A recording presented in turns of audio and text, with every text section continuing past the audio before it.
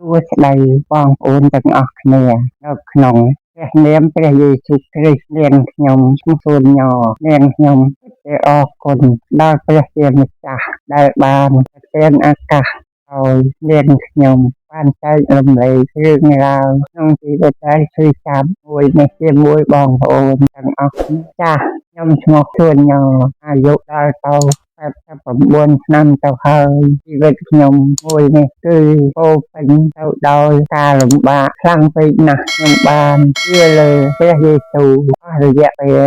25ឆ្នាំមកហើយ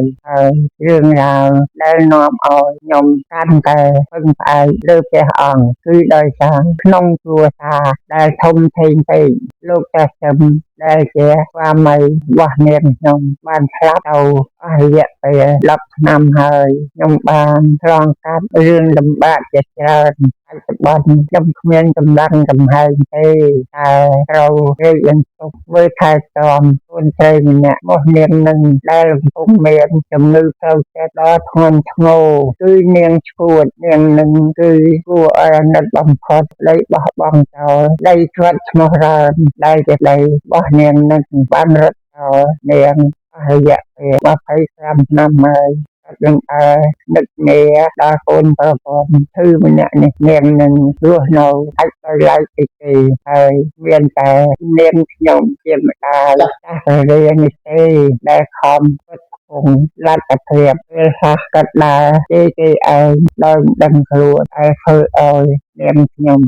ទឹកភ្នែកនឹងជាប់កូនប្រុសរបស់នាងនៅដែលជាចៅរបស់នាងខ្ញុំឈ្មោះឡាគេមានគ្រួសារហើយកាលពីមុនគេធ្លាប់បានផ្ដល់ប្រាក់មកឲ្យខ្លះដែរហើយរយៈពេលប្រហែលមួយឆ្នាំនេះគេលែងឲ្យទៀតហើយនាងខ្ញុំយល់ថាប្រហែលជាដោយសារគេខ្លាចប្រពន្ធមិនពេញចិត្តឬខ្លាចប្រពន្ធរបស់គេពិបាកចិត្តព្រោះបណ្ដាលគេមានជំងឺឈួតសូមអរគុណដល់ព្រះជាម្ចាស់នាងខ្ញុំមានកូនប្រុសម្នាក់ទៀតដែលធ្វើតែជាងទូ